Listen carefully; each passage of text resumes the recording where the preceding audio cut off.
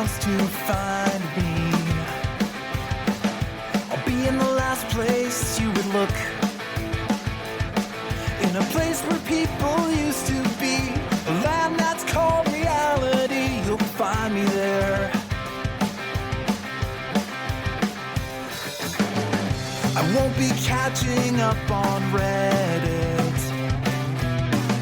I won't be watching any news. I'll let the planet spin without me, 'cause everything has been without me sometime. And everyone will be alright if I'm not live by satellite. It's a beautiful day, I'm running away, don't bother to face. Well, hey everyone, welcome to another amazing episode of the Film Box Podcast. Have you ever wanted to listen to a couple guys in their 20s go in depth on your favorite movie, spanning from before they were born all the way to the modern day?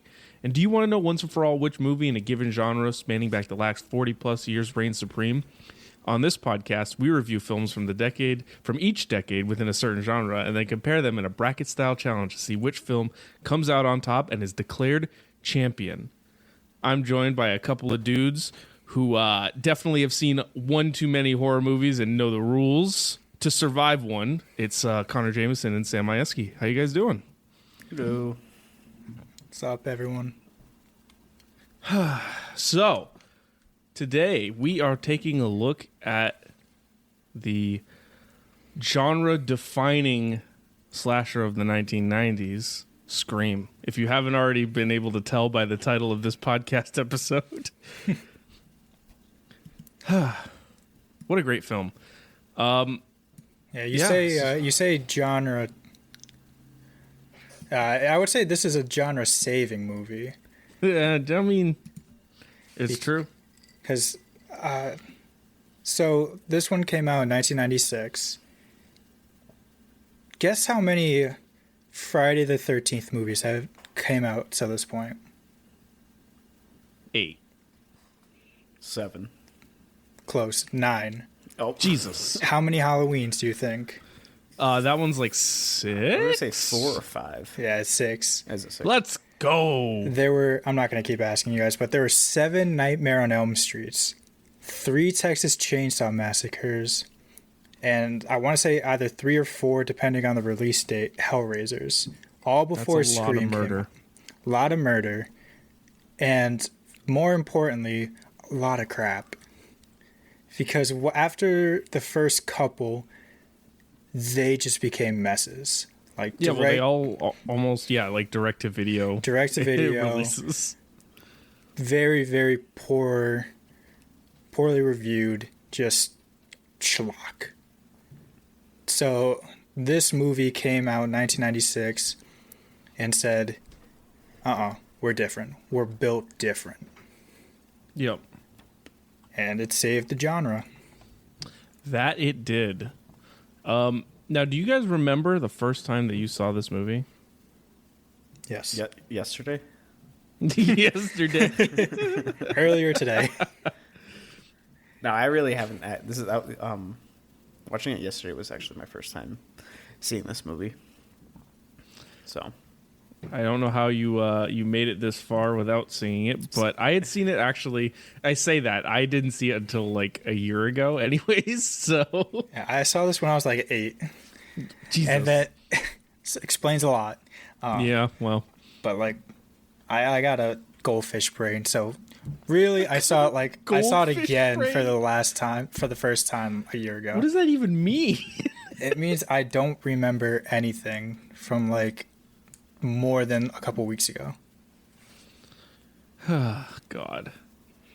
Well, before we can get reviewing for this movie, first we got to talk about a couple things. So I'm going to bring you through some of the production notes, some of the box office numbers. So this movie was released December 20th, 1996, with a runtime of 1 hour and 51 minutes, which is actually really long for a slasher horror movie. And about as long as a really terrible horror movie that came out this year that we'll talk about next week on the podcast. It wouldn't have happened Spoilers. to come out today, would it have? Literally the day that we're recording this, so it's fresh in my mind. Technically, it came out yesterday, but Well, today was the official release date. Anyways, with a runtime of an hour and 51 minutes, it was directed by Wes Craven, who did The Hills Have Eyes and a little series called Nightmare on Elm Street. You know, no one cares about that one. And it was produced by Kathy Conrad, who produced the entirety of the Scream series, and also 3:10 to Yuma, which is a fantastic Western movie, and Walk the Line, the Johnny Cash film. And then also was produced by Carrie Woods, who did Swingers and Rudy, the two highest rated films that I could find that were produced by Mr. Carey. And written by Kevin Williamson, who also wrote Scream 2 through 4 and I Know What You Did Last Summer. So, pretty neat stuff. Kind of like a lot of horror veterans worked together on this, and it showed. Mm-hmm. This movie starred Nev Campbell, Courtney Cox, David Arquette, Skeet Ulrich, Drew Barrymore, Matthew Lillard, Rose McGowan, and Jamie Kennedy. And for the box office numbers, it had a budget of $14 million, made 6.3 on opening weekend, and worldwide grossed $173 million. So it's safe to say that people liked the film. Not too shabby. Yeah, actually pretty decent. Sam, you want to bring us through some of the Rotten Tomatoes metrics? Yeah. We'll start off with the tomato meter. So, the tomato meter. On Rotten Tomatoes, this movie was rated a 79% on the tomato meter. Really? And pretty good. This is something That seems low. That seems really low does for seem me. low. I'm amazed. Yeah. And this is something you don't see very often, but can you guys guess what the audience score was? Is it another 79? It is 79%. I'm shocked. I honestly thought it was going to be like an 80s. What was the last one we saw that was both critics and fans agreed was it Fast Times? I don't remember. I can't remember. I don't even remember. See, this is what I'm saying. Like, just go for your brain. We talked about it and we don't remember it. Well, hot damn. But yeah, both the Rotten Tomatoes and the audience agreed exactly on this one, so 79%. Wow. Everyone thinks it's a good movie. Solid film. But not going through reviews, some people obviously don't agree with that. I'll go over a good review first. So Let's hear it. This is Sohaib Z. Nice. Good name. Yeah. Solid. Classic. 10, no notes. All right. So this review says, really brought back slashers in a big way, renewing and refreshing the genre for a whole new generation. And the cast. I think we were just talking about bringing back refreshing it. I feel like everyone's going to like agree that this movie is what renewed the slasher, cuz it was bad before. Yeah. Mm-hmm. He gave it a Scream. 5 out of 5 stars. Wow. And impressive. this review comes to hear from Daniel C. And Daniel had to say, "This is such a cheesy movie, I can barely get past the beginning. It was so lame. A slasher movie that's so easily..." He misspelled this, but anyways, so easily put together. You know who's doing what. It's not hard to figure out. A mortal person doing the killings is not scary. This movie is boring, and I give it a 1.5 out of 5. That's the best I can do. It's almost like someone didn't pay attention to the movie at all. Yeah, I feel like that whole thing is just wrong. It's like, hey, buddy, Daniel, that's the point. Yeah, right. Also, like, that cold open is amazing. How can you not like it? How do you, tune out to that? Oh, it was just so boring. I just knew what happened already. Also, by the way, I've seen it 37 times, so I knew what happened already. It's like, dude. And going just through chill. all these reviews, a lot of them really enjoyed the funny, like scary, I guess, vibe. You know? Yeah. Well, it's a movie that, like, it knows what it is. Like, it's a movie that knows horror movies exist. It knows what they're all about, and it plays to that.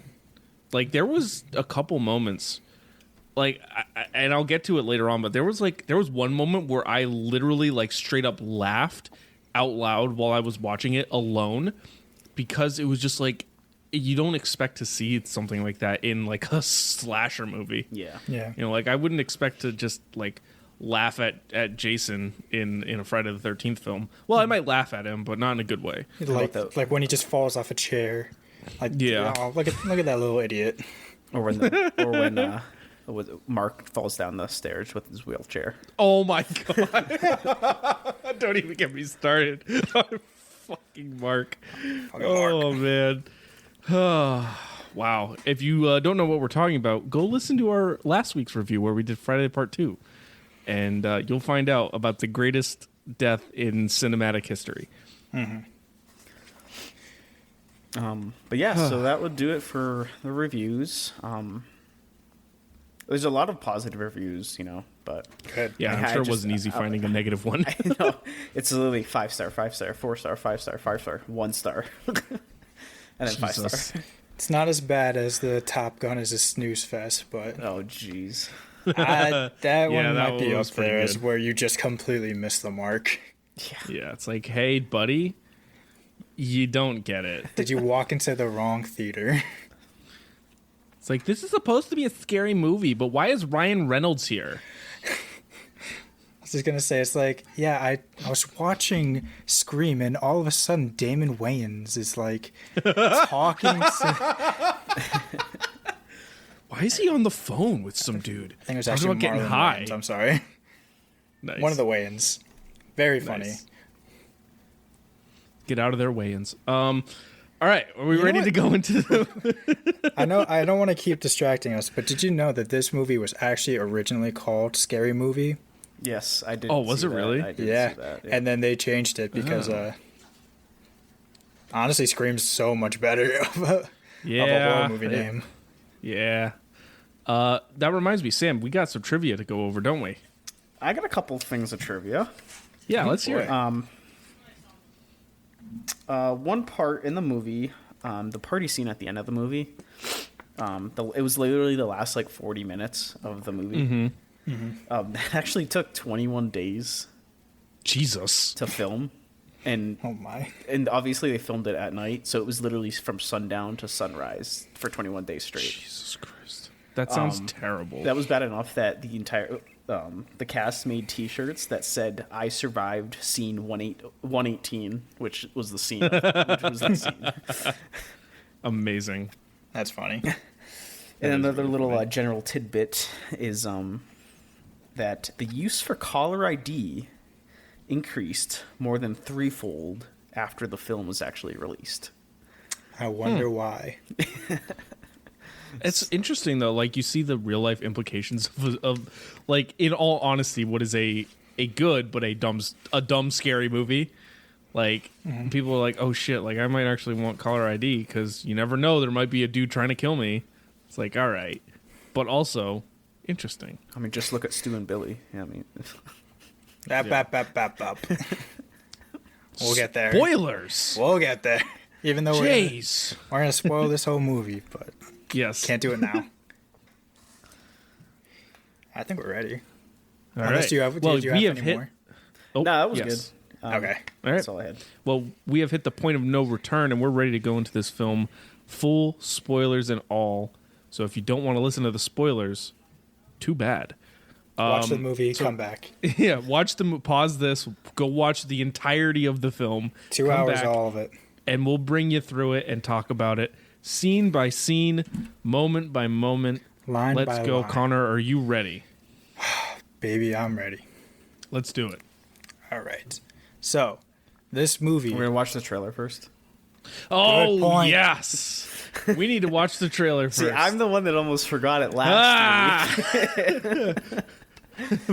Rewind. We're not ready yet. Let's watch the trailer. So we'll give you a minute to pull up the trailer.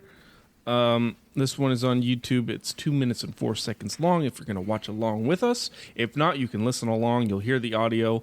And are you guys ready to press play? I am ready. Yes. All right. We'll press play in 3, 2, 1, go.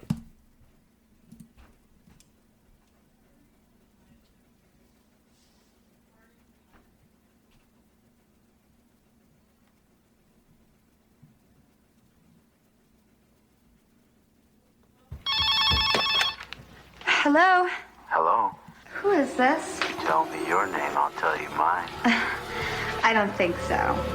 What's that noise? Popcorn. You making popcorn? Well, I'm getting ready to watch a video. Really? What? Oh, just some scary movie. You like scary movies? Uh-huh. You never told me your name. Why do you want to know my name? I want to know who I'm looking at. Someone is playing a deadly game. It all began with a scream over 911. Someone who's seen one too many scary movies. Now he's taken his love of fear Hello? Hello, Sydney. one step too far. Do you like scary movies? What's the point? They're all the same. Some stupid killer stalking some big-breasted girl who can't act, who's always running up the stairs when she should be going out the front door. It's insulting. There are certain rules that one must abide by in order to successfully survive a scary movie. Number 1, you can never have sex. Never, ever, ever, under any circumstances, say, I'll be right back. Because you won't be back. Get another beer, you want one? Yeah, sure. I'll be right back. He didn't make the rules. The police are always on track, but they watch prom night and save time. He just kills by them. Don't answer the phone. Don't open the door. Don't try to hide.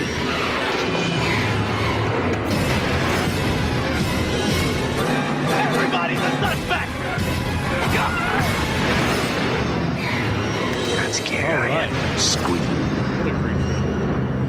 Oh yeah. Set the tone immediately. Yeah, it honestly did a good job showing off the film and not like giving anything away. And I like how it was like perfectly meta in the trailer. Mm-hmm. Also, so 90s, you would never be able to make a trailer like that today, simply for the fact that like in the trailer, Nev Campbell's taking her shirt off. Mm-hmm. Like, no way you could do that in today's era, but in the 90s, perfectly fine. Well, you know, I mean, they did cut to Tatum when it said a big-breasted... Yeah, literally. But you know what? It is funny that Nev Campbell does take her shirt off in this, because she was in Wild Things 2 years later in that one. Very steamy. Mm. That's all I'll say about that. Well. Now that we've seen the trailer, we are now officially at the point of no return, and we're ready to go through this movie moment by moment and talk about it, review it, do all the fun, spooky things that we're ready to do. Connor, are you ready to take us through this movie? Yes, sir. All right, let's do it. Let's do it. Okay. I need a sound for that to start this. Like I can just soundboard up. Nice little whip. So, I don't know about that one. This movie opens up with the phone ringing. And a scream. And a scream. When Scream pops up. Phone rings and we're introduced to Drew Barrymore's character, Casey Becker. The person on the other line of the phone, he's like, oh, hey, do I have the right number? She's like, no, and hangs up. Calls back immediately. And he's like, well, I think I still have the wrong number. And she's like, yeah, you still do. Hangs up again. And this kind of goes back and forth for a little bit. He calls her 6 times within this opening sequence. I didn't realize it was 6 times. I kept track. Because I wanted to point out, why would you answer the phone that many times when you have a pretty good idea of who's on the other end. Yeah. Or you don't like know who's on the other end, but you know this person is not above board. So I think it's like the third time she picks up the phone, she actually starts like talking to him. He asks her like, what's her favorite scary movie? She says Halloween. Remember that. Come back later. And in probably one of the first meta lines of the movie, Casey brings up Nightmare on Elm Street, which, as you pointed out, directed by Wes Craven. Yeah, it's just something that he did. A small indie project, some would say. But it didn't really amount to much. It is funny that when she was saying like, "Oh yeah, the first one was scary, the rest sucked." It's fairly true. Very good. Grade A awareness. Yeah. I feel like Wes too, he was probably like, look, I know they're bad. You don't have to tell me they're bad. I know.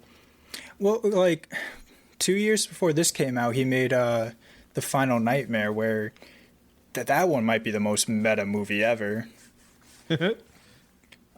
So he dipped his toe. I think it was a pretty good success, and then he was like, yeah, we'll do it again.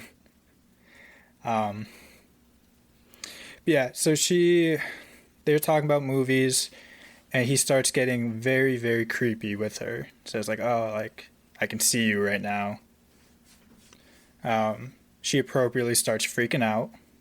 Yep. Where are we? So he then sorry, I lost my place in my notes. You're fine. So he starts like toying with her. He's like, "Oh, like where am I? Where are you?" All this stuff. And he starts getting even more aggressive, saying like, "Oh, he wants to gut her and all this stuff." And we are introduced to Casey's boyfriend in a pretty good way, I would say. Mm-hmm. So killer rings the doorbell, the front doorbell. She's like, "Oh, who's there?"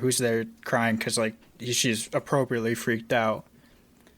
Yeah. He's on the other line of the phone. He's like, "Never say like who's there. You might as well just walk out." And in the background, because she has a nice big house, so you can, and a back patio that's just all window, you can see her boyfriend strapped to a chair, sitting in the dark. I wanted to mention that. Yeah. I wanted to mention that before. Like, I'd never noticed it, and then I saw it on this view. It's like, oh shit! Like before they even like mention that he's a character, you can see that there's someone in the background sitting in the chair. Mm-hmm. And I was like, oh, that's actually just a really good setup, because it's not just like he appeared like, oh, turn on the lights and there he is. Like they actually like kind of show it a little bit. Like if you have a keen eye, you can actually see it. I think that was smart. Mm-hmm. You also kind of get the first hint that maybe there's more than one person involved, because again, she lives in a big house. Someone rang her front doorbell while another person was bringing her boyfriend there to the back. But he wants to play a game with her. Horror movie trivia. Something I would love. Not in this circumstance, but at a bar, sign me up.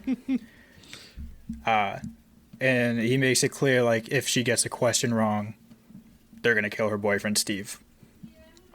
So he gives her the bonus warm-up question, like, oh, who was the killer in Halloween? Since she said it was her favorite movie, she says Michael Myers. Next question, who was the killer in Friday the 13th? She says Jason Voorhees, which, if you had listened to our last episode, you would know it's not the case. He was not the killer in the original Friday. Mm-hmm. And unfortunately for Steve, he gets killed. Gutted right there. which first time I saw it, it didn't make a whole lot of sense to me because the way when you hear the sound effects of him getting like stabbed and like sliced and all that, while the lights are It on, happens so fast. Yeah. so fast, and I feel like he can't do that from the back. I would think he would have to be No. in front of him and doing it. Which, how would she not see that? How would he not be there, like in the shot at least? Anyway, I digress. An entire generation also learned at that very moment that they can win Friday the 13th trivia. So then a chair goes flying through that window door, and we are off. She goes running. Also, while this is happening, she was making popcorn before, which she never took off the stove. So Yeah, so it's like properly on fire now. it's on, because I thought it was like a good little atmospheric tone to have it like smoky. But anyway, she sees a killer running through her house in a very goofy way, I might add. So she slips out a different back door because once again, her house is huge. All the houses are huge in this movie. That's one note Yeah. I had. Is like there's some pretty damn good, nice houses. It's like everyone's rich. Yeah. So she sees like her parents are driving home, and she's like trying to slip past the window, but for whatever reason she pokes her head up. Ghostface is there, attacks her through the window. She manages to fight him off a little bit to get around, but then another Ghostface tackles her down right before she's able to call out for her parents. She gets stabbed in a very, I would say it's pretty iconic, like the slow-mo of her running but gets caught. She's able to, again, fight them off. Right as her parents are like about to like open the door, she kind of pops out from the corner, but since she was stabbed, she's very weak, can't call out. So they walk into the house, not noticing her. And then she gets strangled for a little bit, stabbed. And all this, like her parents are like seeing all the like destruction inside. They're like, oh, where is she? So they go to call 911, and I wanted to note this too because I don't know if you guys had landlines growing up, but it was good to see that, like, if you don't hang up the phone, Yeah, if you pick up a landline, you can still what's hear going the on. conversation because they hear her, like, her dying breaths as she's being dragged away. So the mom goes outside because she's going to go get in the car. What does she see? Casey Becker, dead, hanging from a tree, gutted. I just want to point out how, and I know like it's iconic now, but the fact that they got an A-list, like big name celebrity to come in and play the first person to get murdered in a cold open of a horror movie is insane and has that takes a lot of balls. And I read that Drew Barrymore like initially auditioned for Sidney Prescott, but then she was like, no, I actually want to play Casey Becker.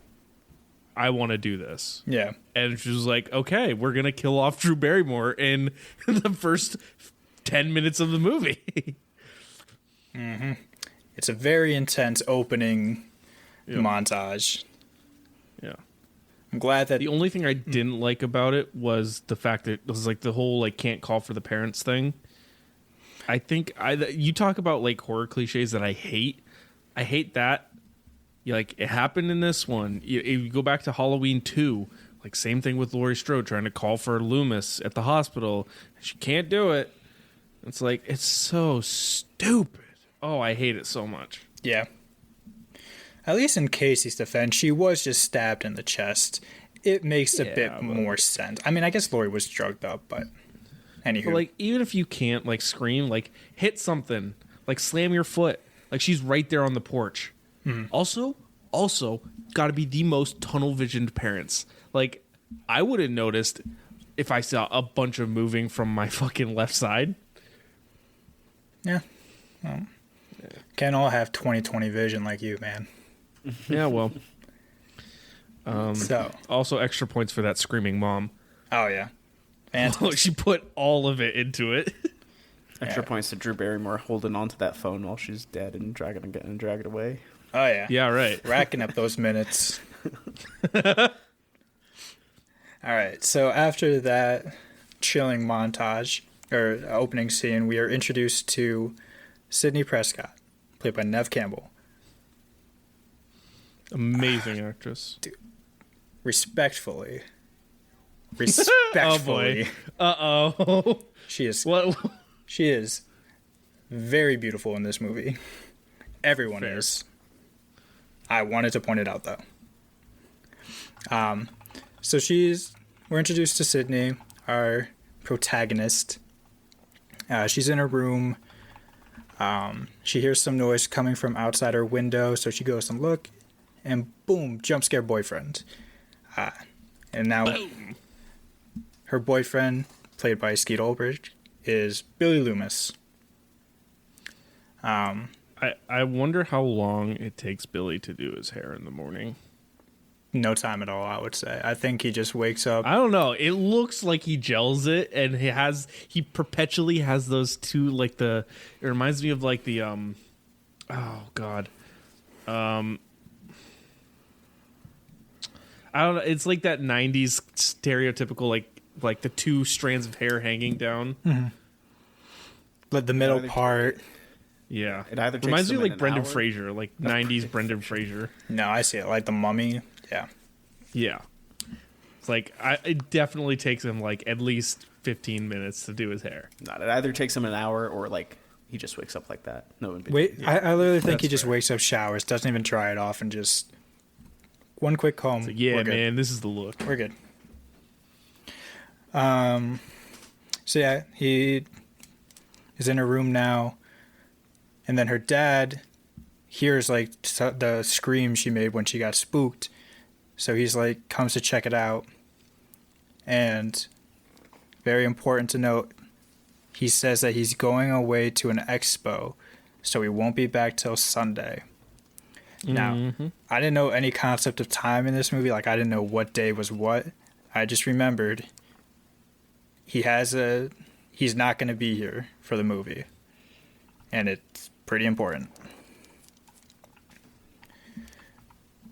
So yeah, after she gets her dad to go to bed, Billy and Sydney, they're talking about their relationship. It was a weird conversation because he was like, yeah, I was watching The Exorcist and it made me think about us. Which That's a little I strange, feel Billy. insulted. Wow, you watched a girl get possessed, and is that the right movie? I don't watch Yes. those movies. Okay, good. Child, actually.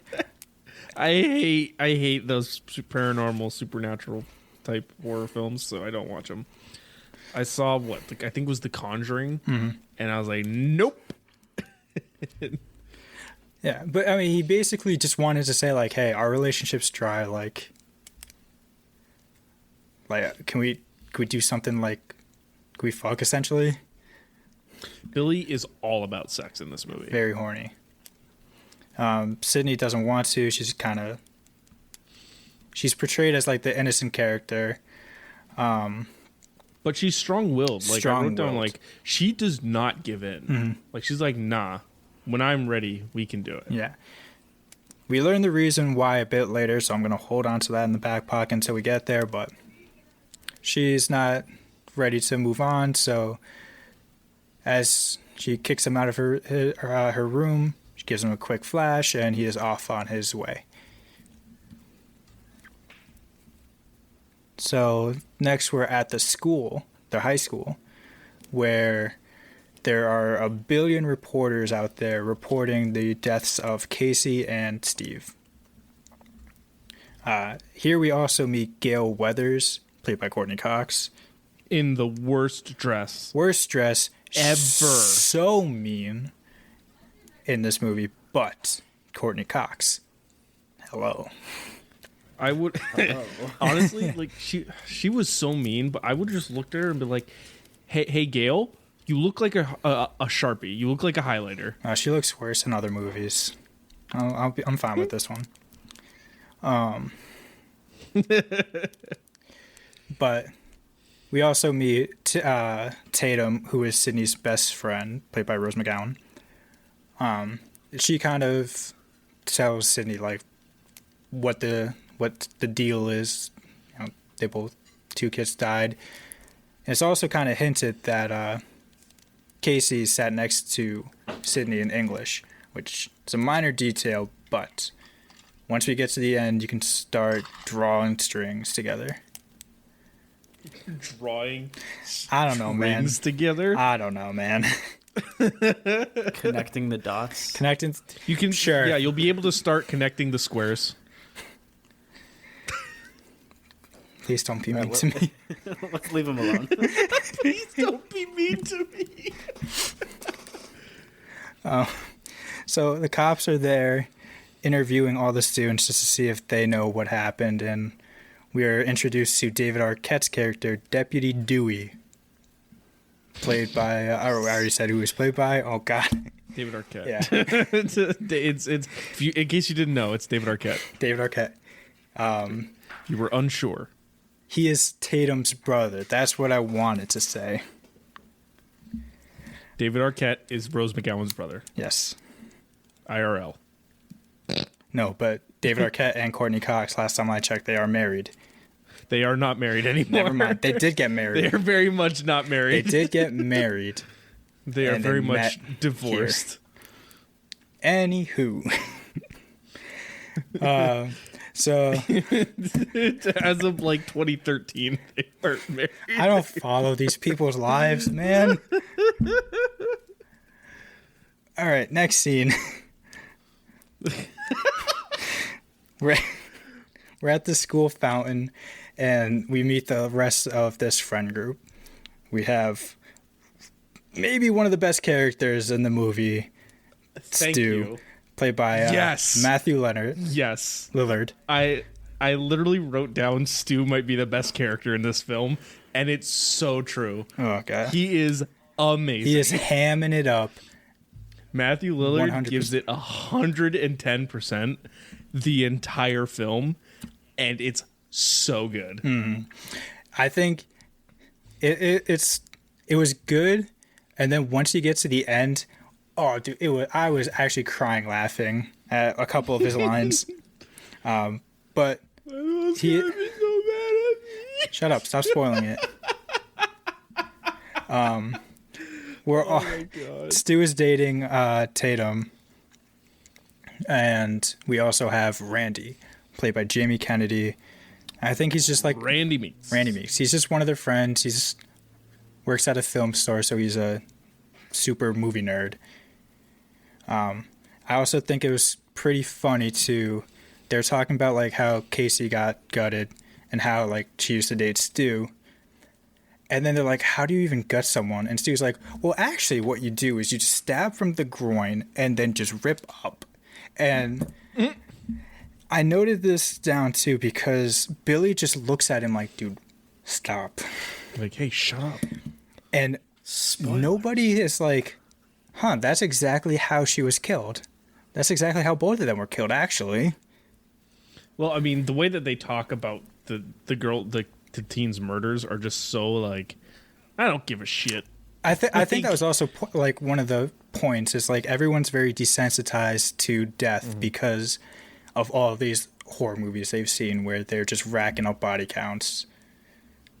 Because they're just like, oh yeah, dude, like her guts were just hanging out, and Randy's like, did you put her liver in the mailbox? Because I heard that they found her liver in the mailbox. Just very, very nonchalant way of talking about like a classmate brutally getting murdered. Liver alone. Liver, what is a joke?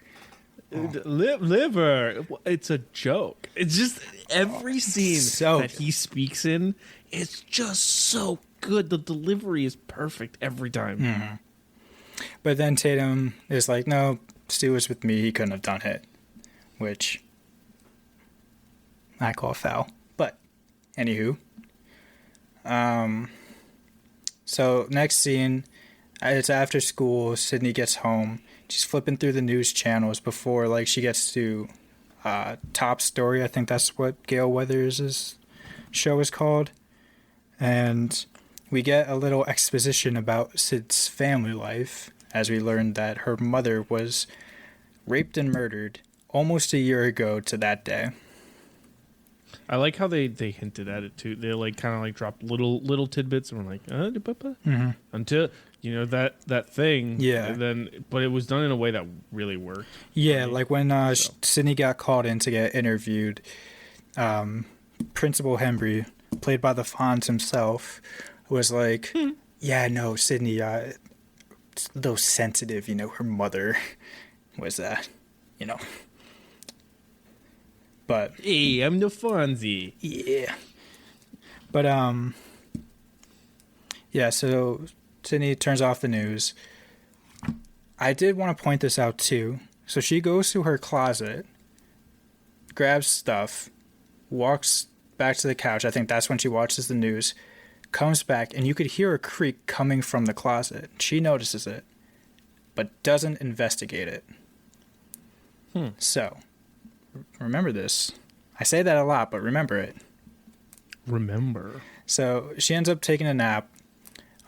Tatum calls her though, because she was gonna go pick up a movie and then come see her. Maybe like pick her up to bring her to her house. But once she hangs up, she gets another call from the killer. He does like pretty much the same shtick that he did with Casey on her. Like, oh, you like horror movies? She's like, nope. And lays out pretty much the plot of every horror movie up until this point. She's like, oh, like, why do I want to watch like some killer like picking off teens with like some big breasted women like running up the stairs when she should be going out the front door? Like, very aware of her situation in a meta way. Where are we? Oh, I also noted that it was 25 minutes in is when we get the first interaction with the killer and the final girl. Because I feel like it's better than some movies that have come out in recent days. Because I feel like with a lot of these original horror slashers, they normally wait until the very end to have them meet for the first time. Mm-hmm. They were like, no, we're going to get this out of the way pretty soon. Also, real quick, when Sydney goes and looks like out her like back balcony or whatever it is, or out her window or whatever, and it's just this beautiful landscape, like, where does she live? Like, how is that your view from your house? Yeah. Everyone just is like insane. California Bayside, it feels like. Or not even Bayside, just mountainside. Just amazing views all the time, no matter where you are. So yeah, she's on the phone with the ghost face killer, and like she's calling his bluff. She's like kind of outsmarting him until he brings up like, oh, like I'm gonna kill you like I killed your mom, which gets her to freak out, run back inside, lock the front door, and that's when the killer comes out of the closet and attacks her. Which, if she had looked in the closet the first time, would have seen him. So they start fighting. I also pointed out too, since she had locked the door, she couldn't just run out. Mm-hmm. Like she had said that other horror movie girls do all the time. She runs upstairs. Which she's which she says that is the worst thing to do, and then it's like such a embarrassing trope in a movie, but she realizes like, oh wait, maybe there's a reason they have to run upstairs. So she runs upstairs. Killer follows her. She's able to get into her room and like block the door off so the killer can't come in. And her phone line, I don't think she hung up either, so she can't make another call. Again, guys, hang up the phone. But she smartly uses her computer to contact 911. Which I honestly didn't even know that was a thing. I remember it being a thing. Not that it was ever something I did, but I remember knowing that's something you could do. We're aging ourselves very well. Apparently, we are youngins. We are in our 20s and don't know the old technology. Yeah, what's a rotary phone? So bad. How do I use a map? But the Ghostface killer leaves, and Billy just appears at her window. She like hugs him, and then he drops a cell phone, which is so normal nowadays. But she gets rightfully concerned about it, and just runs away from him. And this time she does make it out the front door, but Dewey, for whatever reason, is just holding the Ghostface mask at like eye level, not even looking. So like, I know, right? she screams, he screams. They arrest Billy because, I mean, it's one of the most, I would say, the most obvious. Like, hey, we kind of caught you red-handed here, bud. But he gets arrested. Yeah. Tatum finally arrives. Great timing. And she leaves to go to the police station, but Gail is there. She's trying to talk to Sydney. Tatum shuts that down. And once again, Gail is so rude to her cameraman, Kenny. Doesn't she call him Juan? Well, he goes, that's not my name. No. I think it was like, he said like, oh, like, thank Jesus. And he's like, that's not my name. But this time, okay. She was like, oh, like, can you hurry up? And he takes his time, and like, she misses the shot. And then she goes, Kenny, I know you're 50 pounds overweight, but when I say hurry, I mean move your fat tub of lard ass now. And I was like, damn. Calm down, Gail. They made Gail kind of a bitch. Yeah, it's like, hey, relax a bit. But anyway, they make it to the police station. Sydney finds out from Dewey that her dad never checked into the hotel. So, red flag. Billy is also getting interrogated feet away from her in like the sheriff's office. And you know, they're like, what were you doing there? You just happen to be there when like a killer is also there? Why'd you have a phone? And they tell him that they're gonna have to hold on to him until they like get the phone records and see that if he did or did not make the calls to her phone. Yeah. Then Dewey and Tatum take Sydney back to Tatum's house through the back of the police station because once again, media swarm out front. But Gail, she's there too. She's like, hey, let's go around back and see if we can catch him, which is exactly what happens. And Sydney brings up like a book. We don't know what this book's about, but Gail says like, oh, I'll send you a copy, and then gets a mean right hook to the chin. Almost drops her from Sydney. So now we're at Tatum's house. They're kind of just relaxing in bed until they get a call from the killer. Ooh. Twist here. Bum, bum, bum. So now she's starting to think like, oh, maybe maybe Billy is innocent because, like, he's in jail.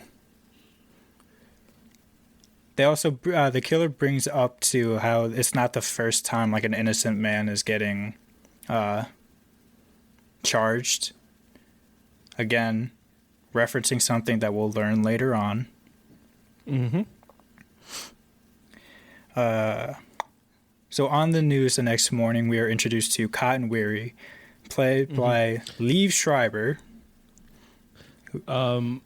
Also, want to point out when they get the call in the house, Dewey sprints into that room, full guns drawn, like gun out, ready to go. Yeah, it's like, bro, chill. It took him a while to get out there too. Yeah. Well, he had to get the gun. Obviously. Like, I need my gun. I need it. It's just like, Jesus. Hey, man, it's just a phone call. It's like, yeah. It's just a phone. He runs in there. It's like, where's the killer? It was a phone call. Damn it. So, yeah. Introduced to Cotton Weary on the TV because he is being set to, I think he was being, what's it called? He was about to get the death sentence. That's what it was. Mm-hmm. And I made a note of this too.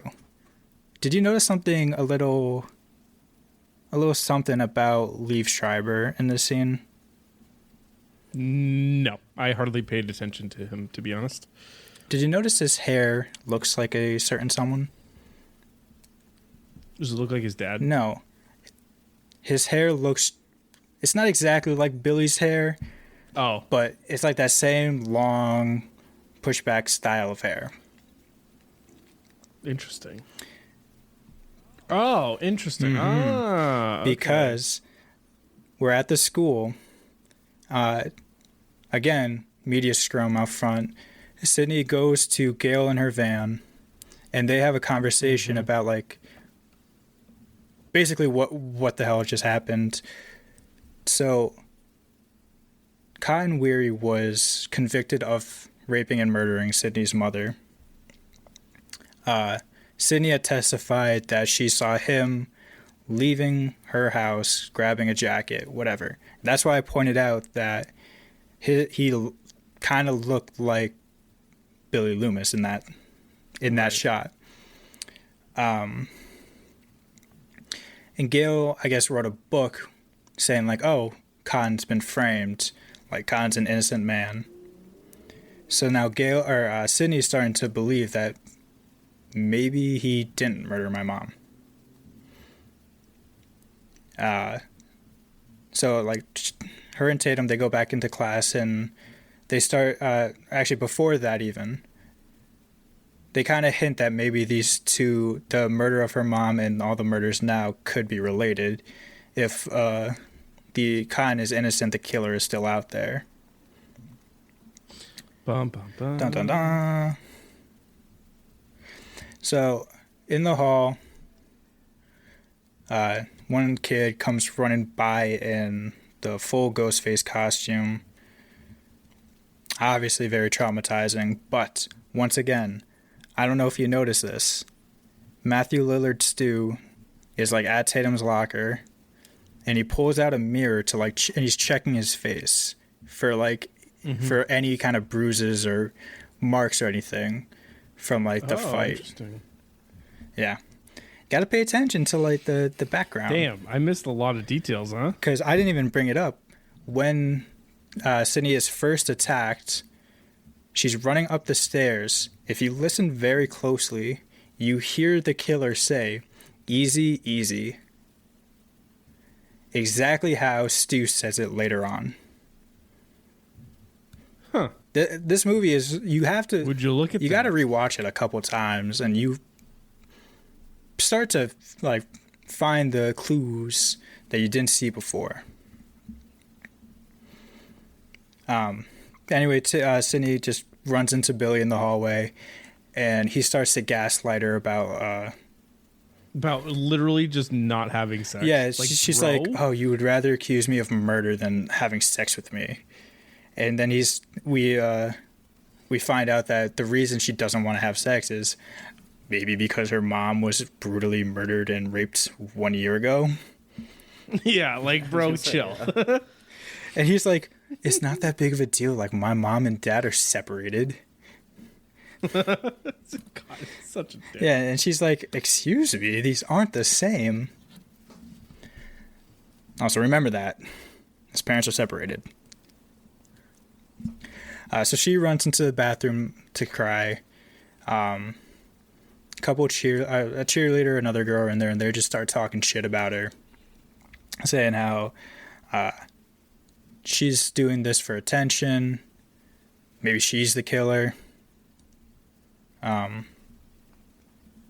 Just typical teenage Typical stuff. teenager stuff. You know how it was. We were all teens once. Oh, I missed a scene too. So the kids who are running through the hallways, they get pulled into the principal's office, Principal DeFons, and he expels them very violently, and like he has a pair of scissors because he like cut up the mask, and then he's like threatening these kids at like scissor point.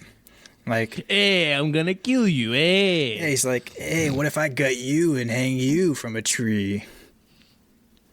And like, hey, maybe don't say that. Yeah, maybe don't say that to a couple of kids. Yeah. But anyway, back to the bathroom. After those... That should be like a t-shirt. Back to the Anyway, bathroom. back to the bathroom. So Sydney is like, she's still there.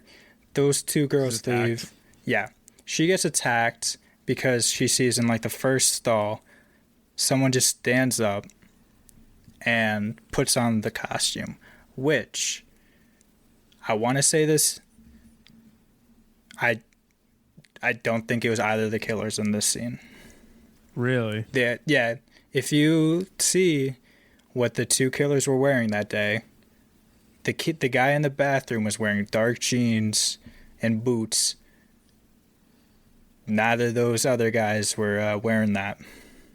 Interesting. So I think it was just another kid playing a prank because didn't even have a knife on him. He just went for a tackle. Oh. Yeah, that's true. Yeah. Yeah, that's weird. I've never noticed that, yeah. That's why I'm here. I would say I like how the movie shows that Sydney isn't even safe anywhere she is, even at the school. Yeah, I wrote that down too, because normally it's like, okay, she gets attacked at school in the daylight. Like, normally in horror movies, you're pretty safe at school. You're pretty safe during the day. Once it gets to night and you're at home, that's when, shit could hit the fan. But, yeah, they did a good job of establishing that safe places are not safe. Yep. So, Dewey's trying to get into the school, and Gail starts flirting with him so that she can try to get in there with him and get some information about what's been happening. I never wanted to be David Arquette more in my life. I wrote down David Arquette has game. He's got the riz. It was funny too because she, I forget what she said, or he was like, "Yeah, I have such a boyish face. I have to have a big chest, get some respect." And he doesn't really have that big of a chest. Maybe I'm just projecting, but I mean, David Arquette has enough game that he pulled Courtney Cox outside of the movie because of this film. It's like, damn, bro. Save some for us. Save some for me. You guys are both in relationships. Yes, sir. Save some for Connor. Yeah. So Principal Hembry announces that school is going to be closed. Curfew. There's going to be a curfew on the town. So Stu decides to have a party at his house to celebrate that. Also because his parents are going to be gone for the week. And while everyone's leaving, Hembry is attacked in his office after a couple fake outs in which, like, they knock on his door, run away, whatever. But he yells out, like, "Oh, I'm going to get you, you little shits." And the janitor is wearing a Freddy Krueger sweater and hat. And he's like, "You talking to me?" And he's like, "Not you, Fred." Wink, wink. Wink, wink. You know who that actor was? Who was it? That was Wes Craven. Oh. Oh, damn. That was played by Wes Craven. Wink, wink. That makes it even better. Wink, wink. I just thought it was like a very blatant reference. I didn't realize that it was actually Wes Craven in the costume. That's amazing. I wrote down Fred is the GOAT because of that, so. We also get a pretty cool shot where like you can see the ghost face killer in Hembry's eyes as he's dying. Yeah, I had a real issue with this kill. And why's that? Because like this is a movie where every kill is so intentional and it's done for a reason, and then all of a sudden like Hembry dies and it's like, why? There's literally no need for him to die.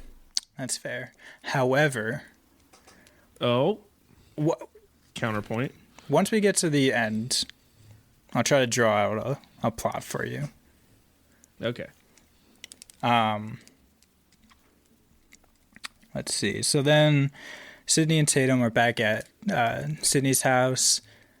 Pretty much all they're seeing is like more of Sydney realizing like, oh, maybe Cotton is innocent.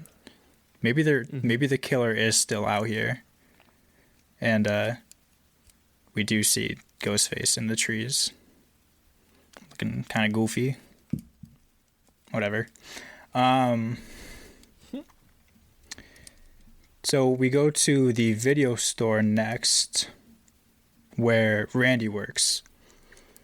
And, oh man, Jamie Kennedy puts in work here. He is countered by Stu and Billy, and they're just talking about just everything that's been going on. Basically, like summing up the plot of the film for the viewers, and also like, hey, horror movie, we know what's going on, right, guys? Yeah, like, wink, wink. As you saw in like the trailer, he's like, yeah, like if the cops just watched movies, they would know, like, because Randy is very, very suspicious of Billy. He's the horror movie fan too, yeah, so he like rightfully so. And he also lays out on like the tone and theme, like, hey, there are rules to this. We are all suspects. I can't mimic his voice and how emphatically he screams out to the entire store, but we're all suspects. Everyone's a suspect, including him, which Billy accuses him of, which I also thought was pretty funny because, like, they're in a very, Billy gets right up in his face, and Stu's kind of like not holding him, but he's kind of got him trapped. And Billy's like, "What if you're the suspect?" And Randy's like, "You know what? That makes sense. I would be the prime suspect." This movie's like, yep, we know. Mm-hmm. Basically, like, this whole movie is just one big wink to the camera. Yeah. It works so well, though. Mm-hmm. Mm-hmm. And we also get a little foreshadowing when he says, like, oh, Stu's just a lapdog, and when they're trying to figure out, like, when Randy's trying to figure out, like, Billy's motive, he's like, oh, well, maybe Sydney just won't have sex with him. Pretty close. Yeah. Good on Randy. Let's see. I think we're basically getting to the party now. Yeah, so, there is one more scene I wanted to point out as well. So, Dewey had taken Tatum and Sydney into town to, like, get, like, snacks and everything for Stu's party later on. And while they're doing that, Dewey checks in with the sheriff. Dewey has an ice cream cone in his hand. And the sheriff is, like, dragging a cigarette. And I noticed that every time the sheriff takes a hit of his cigarette, Dewey licks his ice cream cone. Oh my God, that's it's funny. kind of like a like, oh yeah, this is a real cop. Like he's like smoking a cigarette, and here's Dewey licking his strawberry ice cream. Licking an ice cream. And I think the sheriff kind of picked up on that too, because like once he's done, like he throws the butt on the ground, like stomps it out. He's like looking at Dewey like, you gonna do that too? Also, in this scene, it's pointed out that they found that the calls had been traced back to Sydney's dad's phone. Kind of a big point. A bit bigger than Dewey licking his ice cream cone, but, you know, who's to say? Important. Mm-hmm. So they're getting food.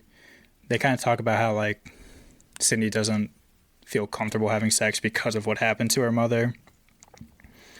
And the scene really is there just to kind of show, like, Ghostface is just out in public, too. Like, he's in the grocery store with them, full costume. But because of, like, the curfew, I think it's assumed that no one else is in there. So he can get away with that kind of stuff. So now we get to the party. Gail Weathers is there. She's like following them. She wants to go see what's happening in there. Very creepy. Very creepy. Dewey's there because he's like dropping them off, and he kind of just sticks around because when a bunch of teens are getting murdered, it might be a good idea to have a police presence at a gathering spot of a lot of teens. Surprised there aren't more cops, but yeah, honestly. Gail uses like that little flirting that they had before to like get into the party with Dewey. She gets like a mini portable camera so that she can like place it in there and like see what's happening, see if anyone says anything. So they get into the party. While they're there, Randy's trying to figure out a movie to watch. It's all Jamie Lee Curtis movies too. I don't know if you noticed that. Halloween, Prom Night, Terror Train. Oh, interesting. Yeah. And Randy calls her like the original Scream Queen, which correct. Correct. Facts. So then Tatum goes out to get beers for everyone, and there are a couple scares. Little cat just knocking shit over like cats do. But I don't think she was wearing a bra either. No, it might have been. It might have been a little chilly not. in that room. But it definitely didn't help when she was holding beers to her chest. That's true. So then she gets attacked by the second Ghostface, who at first she thinks is Randy. Everyone thinks it's Randy at first. I love how, like, when she sees him and goes up to him like to the door, and she's like talking to him, and he's like nodding his head and shaking his head. That's where I was laughing because I don't know why, I just found that so funny. It's like, this is not something you'd see in a regular horror movie. Like, no way. Mm-hmm. Yeah, so Tatum's like joking around. She's like, don't kill me. I want to be in the sequel. Because again, everything in this movie is a reference to movies. But alas. Yeah, that's one of them. Yeah, that's one of the notes I had is I really enjoyed all the horror movie references too. Oh, yeah. I did write down so many horror movie references. Yeah, same. Some feel a bit out of place. I feel like every time Billy talks, he's referencing a movie. But,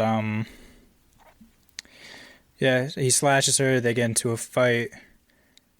The door's locked, so she can't go out the garage, or that main door, so she tries to go out the cat door in the garage. Unfortunately, she's a bit too endowed to fit through. That's a polite way to put it. And Ghostface starts up the garage door. She's caught. She gets her neck crushed and dies. Lame. I thought it was cool, even though I don't think the kill is cool, but the fact that she died in such a lame way. It was a cool way. I don't think garage doors are strong enough to do that, though. No. I feel like my garage door, if there's like a leaf in its way, it's like, oh, I can't close. oh man. Can you please sorry. move that, please? Sorry. So yeah, Tatum dies. People start kind of filing out of the party too, because curfew and all. There is still a killer out there. And right on cue, Billy shows up at the front door, which I feel like every time he is introduced, he is just running in from the right. He's like, sliding in like, hey guys. Yeah. Do you see though? He gives a little wink to Stu. Yeah. He gives like the little wink to Stu. This movie requires you to pay attention. Yeah. Yeah, I'm gonna need to watch it again then. Yeah. Yeah. We're blowing your minds. He literally slides into frame and says hey, and then just does this like little look and wink to Stu as they're talking. Mm-hmm. So he's like, hey, Sid, can we talk? They go upstairs. Randy's like, oh man, I thought I had a shot. I'm gonna follow him. I don't think anything comes of it because I'm pretty sure he's just watching Halloween in the living room. Yeah. But Billy and Sydney go upstairs. They start talking. Like Sydney says how she wants to move on from the trauma she's been dealing with. And they start to have sex, which is also intercut with PJ Soul. I forget her character name in Halloween. Maybe Linda. I think it's Linda, yeah. It's when she's also having sex too. Because there's a line. It's like, oh, here comes the gratuitous boob shot as Sydney's taking off her shirt upstairs.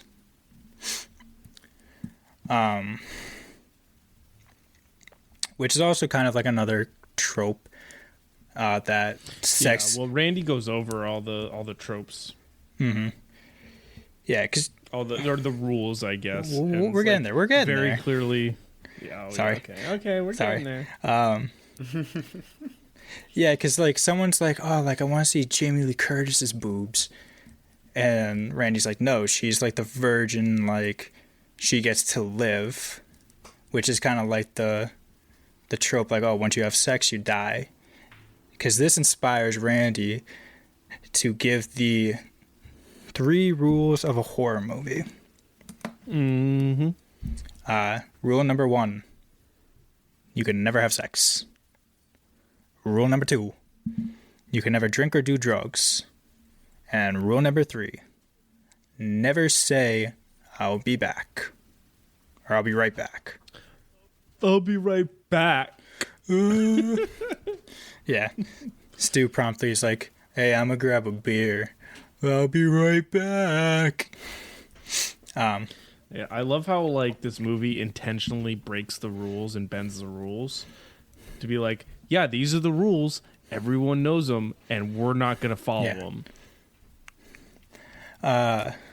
So Dewey he goes to their news van, Gail's van, and it's like, hey, I got a call, they found a car in a ditch, you want to come with me? So they go off, and the house gets a call. Randy picks up, but they find out that Hembry has been killed. He's hanging from the goalpost, which gets all the extras out. So we are just left with everyone we're supposed to care about in this house, plus Gail and Dewey out in the street. While the kids are leaving, though, they almost hit Gail and Dewey, so they have to dive into a ditch to save themselves, and that's when they start smooching. To make out. Yeah, it is funny too because the car is right next to them that they were looking for, and Gail's like, "Hey, isn't that what you were looking for?" And Dewey's like, "All my life." She's like, Yeah. Look. Yeah. Hey, you idiot. That's funny. So they see Sydney's dad's car is the car that was called in. So they're like, oh, shit, he might be here. Because they think he's the killer at this point. Calls were coming from his phone. they've established that his wife was raped and murdered a year ago. Maybe he could be, like, seeking revenge.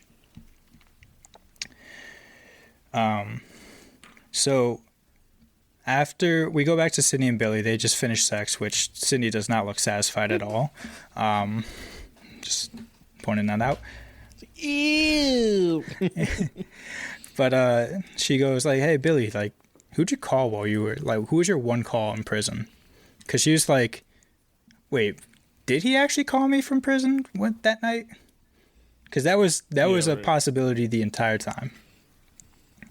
But he says no, like, "I called my dad," and she catches him in a lie, obviously, because the sheriff called his dad, and he's like, "Oh, well, he didn't answer when I called."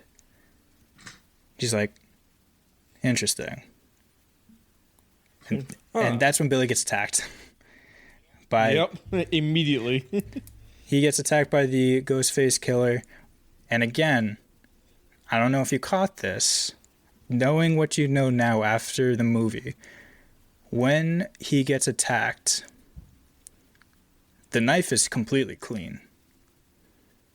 And I wrote it down because I didn't know, like, if that was just like maybe there's a little continuity. They forgot to put the blood on the knife after. But you see him. I think, yeah. Because no, you see him wipe the knife blade off, and then there's blood on it. I think it was a continuity. I think I saw that in one of the goofs. I thought I had something. Interesting. Because I thought I had. Well, because it makes sense. Because, like, if it's a clean knife blade, we know what we know. So it would make sense if he was smearing fake blood on it, the corn syrup. Anyway, Sydney thinks that Billy just got stabbed to death, so she's, like, running away. Stu also has a mansion, and I wanted to point that out too, because she, like, locks him in a room and goes to escape, and he just walks out from, like, another door, which is just, like, that's such, like, a big house privilege. Like, yeah, my room has multiple doors. Secret passage. Really. I can leave in many areas. Mm-hmm. Secret passage to the library to the kitchen. Yeah. But she manages to escape through a window. She's, like, calling for help. He kind of throws her. She kind of just falls into a boat that's, like, sitting in the driveway. And this is where she sees, like, Tatum's body is still hanging. How does no one see it earlier? So many people leave that party, not a single person catches her body. I think it's just, like, the layout of the house. Maybe the garage isn't in the front where, like, the main door is. How I say it doesn't make sense, but, like... No, I know. Yeah, like, the house is maybe angled, so the front door protrudes farther than the garage. Anyway.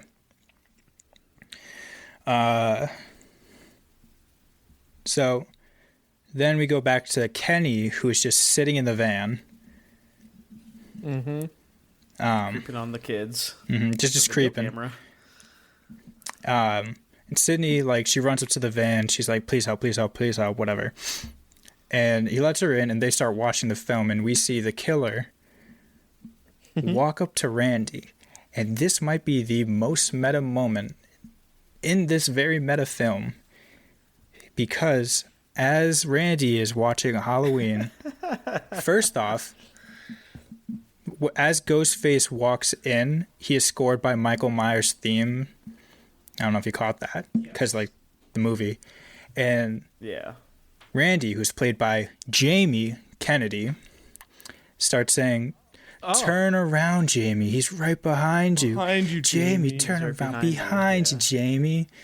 As the killer is walking behind him. But, like, he gets distracted. He hears Sydney screaming. And it's also revealed that the camera is delayed from the in the living room to their van, obviously. It's the 90s. So they're like, oh, shit. Like, I got to go help him. And then they realize, oh wait, no, that was like half a minute ago. So as they open the door, the van door, they see like the front door is open, and poor Kenny, poor Kenny. Poor Kenny. He did not deserve just that. this. He gets his throat slit by Ghostface. Oh man. Did not deserve this. Oh man. Yeah. Poor Randy. All right, poor Kenny. Sorry.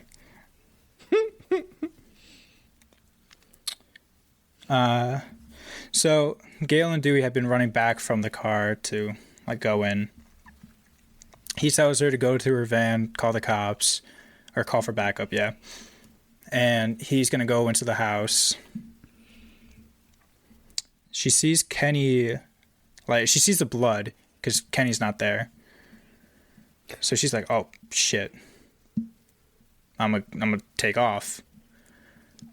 And it's also funny because while she's like calling the cops, Randy just shows up at her window. She's like, "Hey, what's going on?" And she just beats him down with the phone. And she turns the car on. She sees like the windshield's covered in blood. Poor Kenny. Poor Kenny. It's on the roof.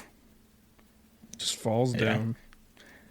And once again, she has to insult his dying body. Like, Kenny, get your ass out of my way, essentially. As she just flings him into a fence, essentially. And meanwhile, while this is all happening, Dewey has entered the house. He's like looking for whatever. He hears screams, so he's like, "Oh, I'm gonna go this way." And it turns out it was still the movie playing.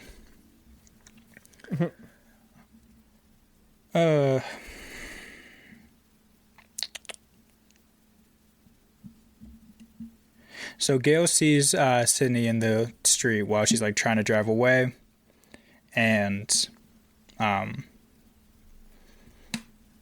Gail swerves out of the way to not hit Sydney because I guess people just don't know how to not stand in the middle of the street when cars are just driving by. But yeah, Gail crashes the van. Sydney is like, she runs back to the house. Dewey walks out. He's like, "Oh, hey, Sid." And then collapses because he got stabbed in the back.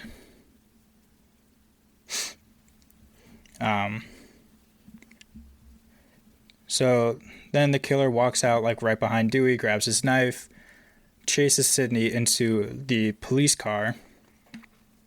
And I thought it was a pretty good scene of tension because like she's trying to lock the doors. She wants to take off, but then Ghostface reveals, "Oh, I have the keys." So first he like unlocks one side door and she has to try to like hold them both locked. Meanwhile, he just sneaks around back, opens the trunk, and just sneaks into the car and starts strangling her. But she's able to kick him off. She runs back towards the house again. And this time, Randy is behind her, Stu's behind her. They're both like, "No, like, it's him, like, kill him."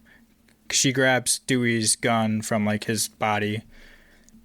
And they're both trying to, like, plead their case, like, "Hey, like, I saw him with the mask, like, he's a killer, whatever." And she's like, "You know what, fuck you both." Closes the door, locks them both out. Then Billy just stumbles out of the room right at the top of the steps. And Crashing down falls the stairs. down the stairs. Like I get like he kind of has to do that for the performance, but like, what if he actually like broke his back, broke his neck falling down the stairs?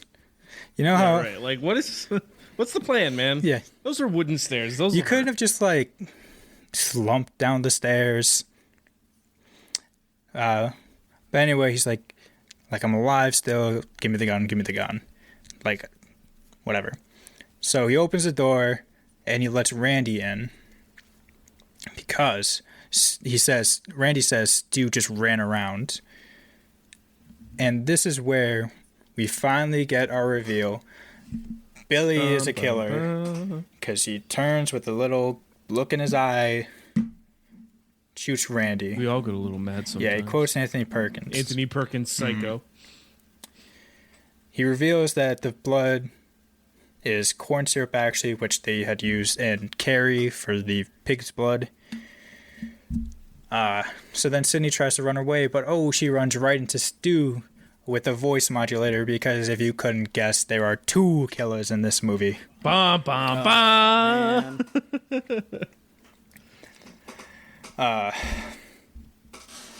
Yeah. So they get Sydney into the kitchen. They kind of just lay out what they're doing, essentially. They're like, oh yeah, everyone assumes Cotton is the killer for your mom. We're going to let him die for that. And guess what? We kidnapped your dad. Bum, bum, bum. He's going to be the killer for all of this.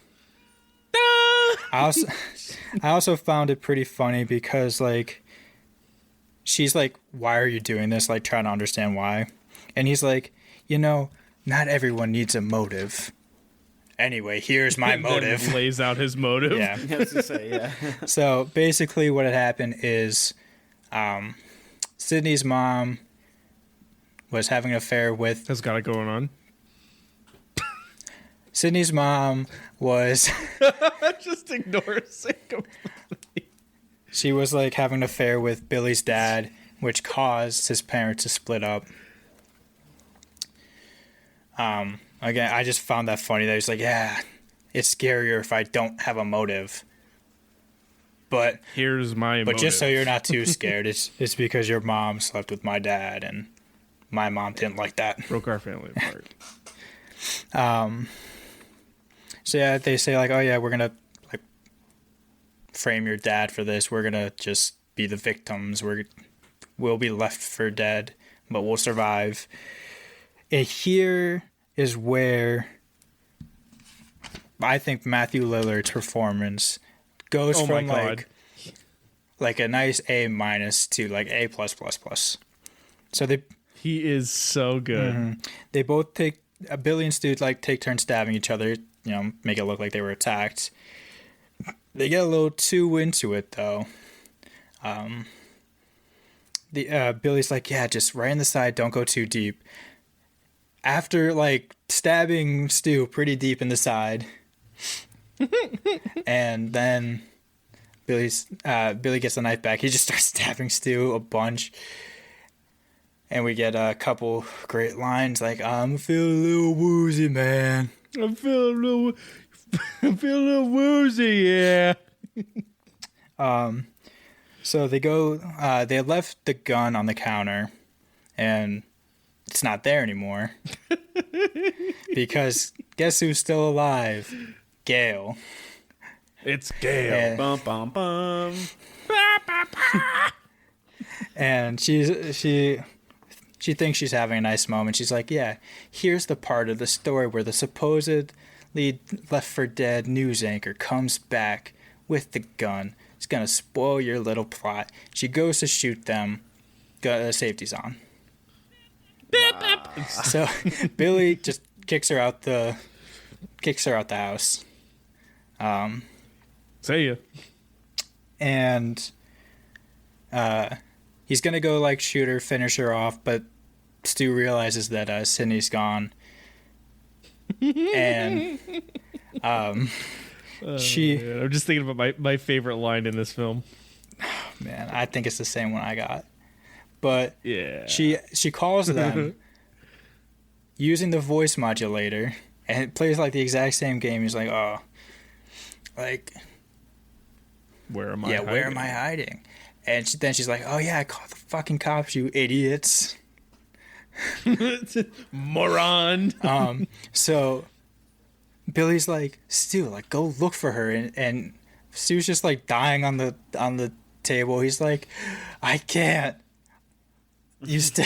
I feel like I'm dying here, man. So then Billy just kind of goes off on a rampage, and he hands Stu the phone. He's like, just talk to her. And he's like, hello. and Sydney goes, so Billy has his motive. What's yours? And he goes, peer pressure. I'm too sensitive. That was a line that got me cracking up. Just the way he says it too. Man. Like this was a guy who was like on the verge of tears before, and then he was like, "Oh, peer pressure, you know, I'm a little too weak to do things for myself." And then Billy comes back, grabs the phone. She keeps taunting him, so he throws the phone at Stu. And Stu, my favorite. This is my favorite line. I'm taking go this for one it. as my favorite. You can do it. You fucking hit me with a phone, dick. It's just so good. So good. The way he says it. Oh my god. But yeah, turns out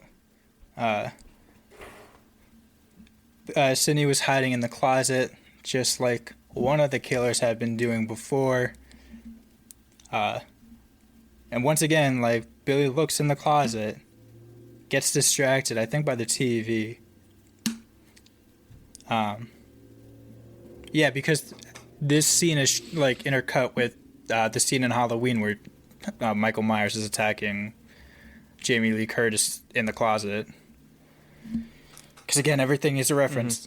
Yeah, Sydney stabs Billy with an umbrella a couple times. And then Stu comes out and he charges her, attacks her. They start fighting. She's able to like bite his hand, get her off of him, or get him off of her. And she just drops the TV on his head, killing him. Damn, poor Stu. He didn't deserve this. Yeah, gone but never forgotten. So Sydney goes back to Billy's body, and we are shown that Randy is still alive. It was funny too, because he's like, "Oh yeah, I'm alive. I can't believe I'm saying this, but I'm so happy I'm a virgin." As he says it, he gets fucking decked by Billy.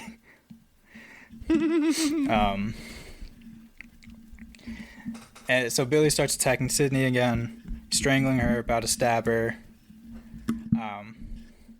Gail comes back, but bam, shoots him. And Randy, Gail, and Sydney all get up. They gather around his body. Randy says this is the part of the movie where the supposedly dead killer comes back for one last scare. Which is exactly what Billy does. Just, boom. Right between the eyes. So, Billy's dead, Stu's dead. Case is closed. Movie is pretty much over. Dewey is alive. Yeah, that's kind of like a staple of these movies. Dewey gets stabbed, but never dies. Until recently. Until recently. Well. Spoilers. It is funny though. I think it's Scream 3. There's like that cast. They're like, they point at Dewey and they're like, no, every time this dude's around, he gets turned into a shish kebab. Yeah. That's movie funny. Ends with Gail. She's doing her final remarks with a new cameraman. I guess they're like, Kenny who? New guy. Get Kenny. New Kenny. Yeah, the AAA reliever who was just waiting in the wings was like, oh, Kenny's dead. My turn. My turn to shine. Yeah. So, justice for Kenny. Justice for Kenny. So that's how this movie ends. Bing bong, we're done. So I want to point out real quick, I love and appreciate so much that this movie like ends, it wraps up so fast. Mm-hmm. Like Billy dies and then literally 3 minutes later, movie's over. It doesn't do this long drawn out conclusion. Like we gotta see, let's go see what's happening with the characters now. It's like boom, movie's let's see how these guys have like reintegrated into like society after this traumatic experience. Now, nope. I don't even know if we see Sydney again in this movie. It's just we might not. It's literally like, just like within 3 minutes. Just like Dewey's getting wheeled into the cart. I think Sydney's also getting wheeled in, but it just ends with Gail. Also, Sydney does. now correct me if I'm wrong. Sydney doesn't get hurt through this whole movie, like by the killer. Yeah, she falls off the roof. Not like actually. Like she doesn't get hurt at all. Like she doesn't get stabbed. She doesn't get slashed. I thought she got slashed in the kitchen. She gets slashed in the kitchen. She kind of got stabbed in the news van. She got like her head hit, slammed against the floor in the first time she got attacked. Yeah, nothing crazy. Like she really didn't take much. No, damage, it's not. Yeah. So built different, which is impressive. So now that we've established that Billy and Stu are the killers, I just want to quickly point something out. Throughout the movie, as people are dying, we know that it's a Ghostface killer, but I don't know if you guys noticed, but you can tell the difference between the two based off like subtle little mannerisms. Like, give it to us. Connor. So I want to give a shout out to the YouTube channel Zach Cherry. the YouTube Cherry, because he has a video about like finding out who kills who in this movie, and he points out when Billy kills someone, he uses like his right hand and he'll like try to strangle him too. Interesting. So we see that when like Casey died, we see that when like Hembry died, he didn't try to strangle him, but he did do like one hand stabs. And we see it with Tatum when she died. And Stu, he was more into slashing, and anytime he would go for a stab, he was a two-hander on the knife. Interesting. So like when Randy was like sitting on the couch, and like Ghostface is raising the knife to like kill him, it's with two hands. We know that one's Stu. Interesting. And Stu is also like the muscle of this group. Because Billy, let's be honest, Matthew Lillard, great guy, probably not as smooth on the phone. See, for whatever reason, I always thought that like because Stu had the voice changer at the end there, like I was like, oh, Billy's the guy in the mask, and Stu's the one talking to people. That's just how it is. Yeah, you would think. It didn't even occur to me that both of them would be like interchangeably being in the suit and with the phone. suit. Yeah. So for the most part, Billy was the caller. Stu was the gutter, if you will. Interesting. So he killed Stu and Kenny. Interesting. Mm-hmm. Well, now that we've gone through this movie scene by scene, I think it's finally time to give it our ratings for the film. Yeah, I mean, I was going to say something about the killers, too. Go ahead. So, it was my first time watching this movie, so obviously I didn't know who the killers were. Really? I honestly thought Dewey was the killer, because... Interesting. Every scene that he's, like, fucking Ghostface is in, like, it doesn't really show Dewey for a little bit, and I don't know, it was just, there's certain parts I'm like, wait a second. I can see that. I mean, the movie did a good job to like really get into the whodunit like mystery, so that you didn't know who it was. I mean, they said it themselves. Everyone's a suspect in it. Yeah. So the fact that you first time viewing you didn't know is a testament to what they accomplished. Yeah, exactly. Anyways, that was just a side note that I had. All right. Well, let's get to the rating. Sam, you want to give us your rating?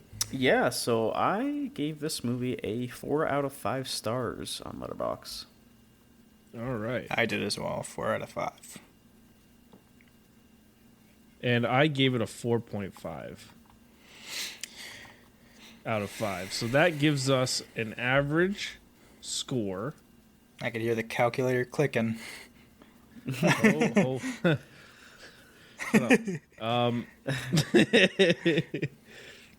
Carry the 2. Divide by 5. What was it? 12.5 divided by 3. Divided by 3. Sorry, I did the wrong math. 4.17 is our average score for this film. 4 1/8 of a star. I don't know the exact math, but I will figure out where that puts us on the list of movies that we've watched. All in all, I think we all agree it was a very good movie. A heck of a good film. A darn tootin' good time. I just gotta watch Scream 2 and 3. And the new and one. 4 and Well, 5. Yeah. And Yeah, 4. All right, well, that's going to just about do it. Before we wrap it, it's gonna just about do it. Shut up. Well, it wasn't even intentional. But if you like this episode, please give us a follow, leave us a rating. It really helps us out. We appreciate it immensely. You know, we put a lot of work into this show. So, you know, stuff like that helps. Also, want to thank Josh Woodward for our fantastic theme music, Airplane Mode. You can follow us on socials, Twitter, Facebook mainly. You can check us out. Also, you can check out our new website. We have a brand new website. It's really, really cool.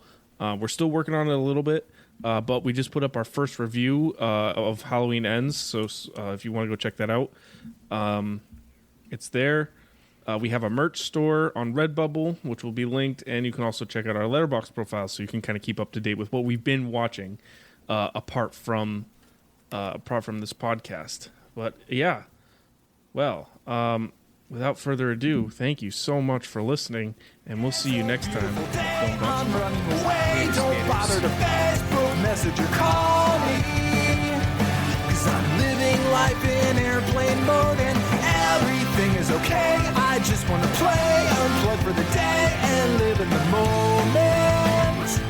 Cause I'm living life in airplane mode, yeah.